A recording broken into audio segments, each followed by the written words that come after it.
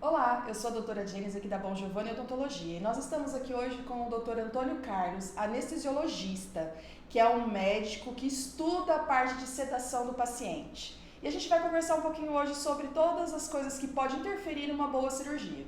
Tudo bom? Tudo bem, bom dia. Bom É um dia. prazer estar aqui. O prazer é nosso ter você como parceiro nosso aqui. Obrigado. E aí a gente quer saber um pouquinho, para os nossos pacientes, o que interfere, como que é a sedação, para eles ficarem tranquilos e tirar suas dúvidas. A sedação nós podemos dividir ela em três fases. Nós temos a sedação leve, que é feita com um medicamento via oral, que pode ser realizada até pelo odontólogo, tá? A legislação permite e não tem problema nenhum.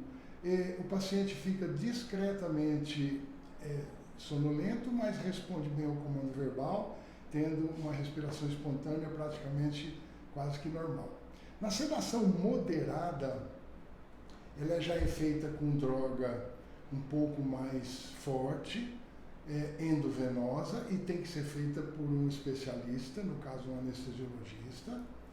E a sedação profunda, essa só pode ser feita a nível hospitalar. Sim. Não podemos fazer a nível de consultório. E isso aí deixa os nossos pacientes mais calmos, mais seguros e ajuda muito a parte de pressão arterial e todos esses tipos de ansiedade que o paciente cria antes de uma cirurgia. Sem dúvida nenhuma. A sedação leve e moderada, que pode ser realizada no consultório odontológico, ou pelo odontólogo, ou por um especialista, no caso, um anestesiologista, ela traz muitos benefícios.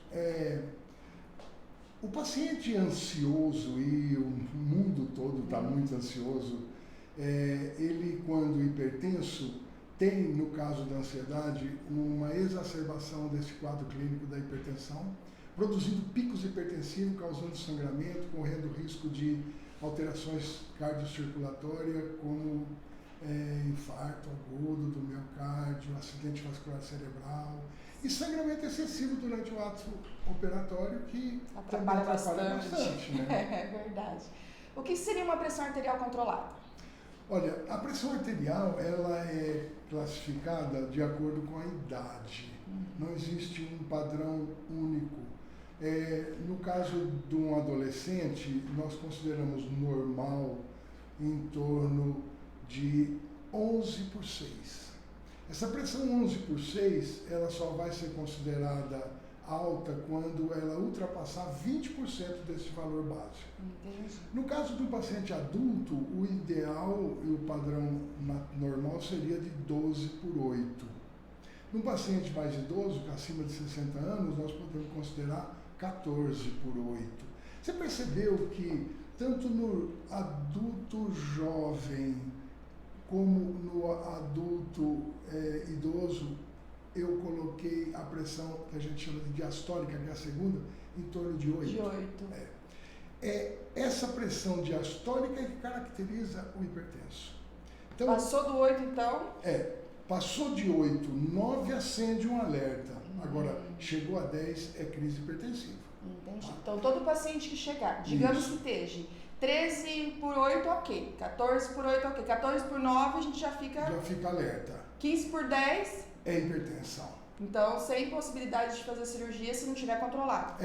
Teria que controlar naquele momento. O fato de estar naquele momento com a pressão elevada não significa que não pode fazer o procedimento. Sim, há possibilidade de tratamento. Uma droga utilizada nessa circunstância indicada é o captopril, que é uma droga que consegue diminuir a pressão num tempo razoável. A gente usa isso de rotina no hospital. Sim. Vocês podem usar aqui no consultório também. Aguarda 30 minutos. Normalmente, esses pacientes ansiosos, a maioria é ansioso, mas o hipertenso é muito mais sensível à ansiedade do que o normotenso. Sim. Porque o hipertenso, ele, quando ansioso, faz pico hipertensivo. Entendi. Mas pode ser tratado. Vale a pena tratar momentaneamente. Se em meia hora ele não estabilizar a pressão arterial, aí sim o procedimento deve ser suspenso. Entendi. Agora, se essa pressão arterial estiver muito alta, por exemplo, 15/11, não tem indicação nem de tratamento. A indicação é de encaminhar imediatamente lá para o pronto-socorro, porque o paciente está em crise hipertensiva, mesmo sem sintoma, viu? Que é o pior que pode acontecer para o hipertenso. É ele estar hipertenso, um pico hipertensivo e não ter sintoma. E não sentem nada. O organismo dele já está tão acostumado com esse pico hipertensivo que ele não está tendo nem sintoma. O sintoma principal do pico hipertensivo é uma dor occipital, uma dor de cabeça. A gente chama de cefaleia, né? Dor na nuca. Dor de cabeça na nuca. Na nuca. E uma sensação de mal-estar. Essa é a manifestação clínica mais evidente e mais comum. Entendi. Bom, nós temos também um problema de glicemia, né? Sim. Os diabéticos, e aí? A glicemia, a prevalência de diabetes hoje no mundo é de 2%, é alta. É alta. É muito alta, acima de 60 anos. O diabético ele tem várias alterações, principalmente no pH do organismo. Isso produz alterações, inclusive odontológicas, né? De endodontias e periodontias e tal. Mas o principal é o comprometimento mesmo orgânico. Né?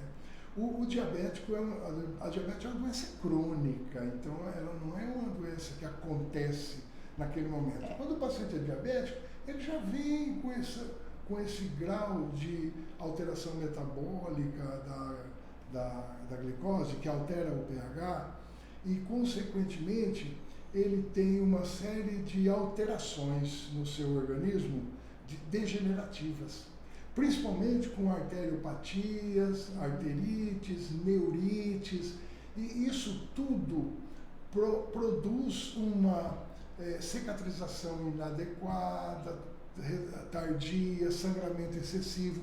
Normalmente também está associada por uma alteração vascular à hipertensão arterial. Então é difícil você ter um diabético que não seja hipertenso também, sabe? É uma doença que vem associada à hipertensão e precisa ser controlada, porque aumenta o risco de infecção pós-operatória, aumenta o risco de sangramento, dificulta a de cicatrização e ela tem que ser controlada.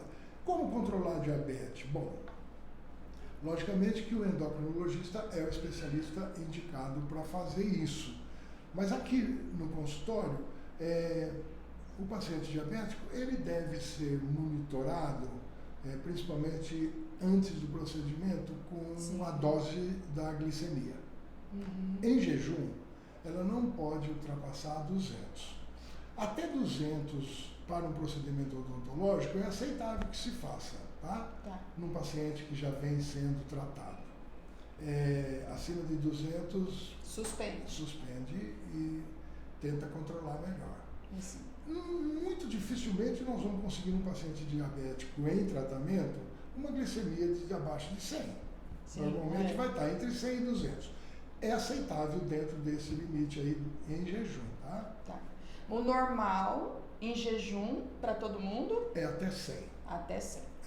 Acima disso, existe a pré-diabetes? Olha, antigamente usava-se esse termo pré-diabético, hoje já não está usando mais. Existe agora, hoje em dia a gente considera, diabético ou não é diabético, sabe? Sim. O pré-diabético era utilizado, mas hoje já não se considera mais, não. Considera assim, se ele tem evidência de pré, ele é. Né? Fazer o quê? Ele já é. É verdade. Algum outro risco que a gente tem aqui, que a gente não pode fazer nenhum tipo de cirurgia por causa disso? Além da hipertensão e a glicemia alterada? Não, tem várias outras comorbidades, logicamente, né? Pacientes com, por exemplo, com valvulopatias, que têm uma predisposição a uma endocardite bacteriana, tem que fazer essa profilaxia. Antibiótico.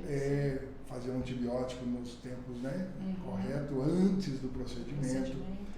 Paciente com insuficiência renal, que inclusive faz hemodiálise, também tem que ter um cuidado com a dose da medicação, porque a metabolização e a excreção dele está diminuída, consequentemente a biodisponibilidade dessa droga no organismo dele é maior.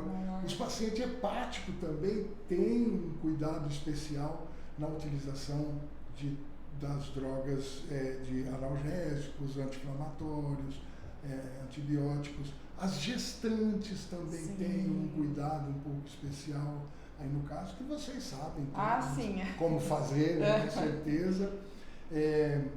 Mas a incidência maior e a preocupação, e consequentemente o que mais nos preocupa na rotina do dia a dia é o hipertenso e o diabético. É verdade. Que normalmente chega para os nossos pacientes para fazer protocolo, cirurgias extensas, pessoas, né, que têm mais idade, normalmente já estão acometidos desses dois probleminhas. Tem um outro, mas aí é mais específico para o profissional, a utilização ou não de